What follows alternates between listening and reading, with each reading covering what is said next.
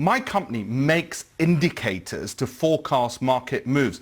This is not a good indicator. I can tell you that. It is not accurate. The level of data... You mean the inverted yield curve? Yes, exactly. Right. This yield measure of whether or not there's going to be... Hasn't it predicted the last 7 recessions in the US or something? When you say it's not a good indicator? 7 out of... Do you know the amount of data you would need to crunch in order for something to be accurate? And by the way, when you say predicted...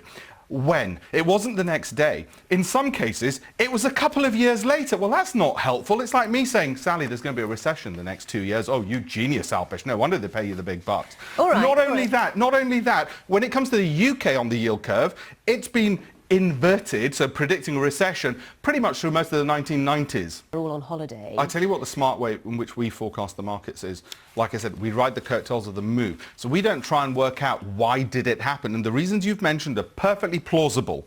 Newspaper headlines are perfectly plausible. We're not trying to see why it happened. Once it starts happening, we ride it. You might argue we exacerbate it by following on those trends. So you make money from it. Well, that's the point of being in finance. And when you say you ride it, you're making money, surely. Yeah, hopefully. That's for your clients. That's what should usually be the case. But in this case, and by the way, quite a few people didn't yesterday because, as you know, markets fell sharply, so quite a few weren't able to ride that, and they've lost quite a lot of money. But I think it's temporary, the good news. I don't think this is the start of a recession. I don't think it's a valid indicator of a recession, and given that we're less than about 5% off the market highs, which were around July, I think it's just a bit of people taking money off the table.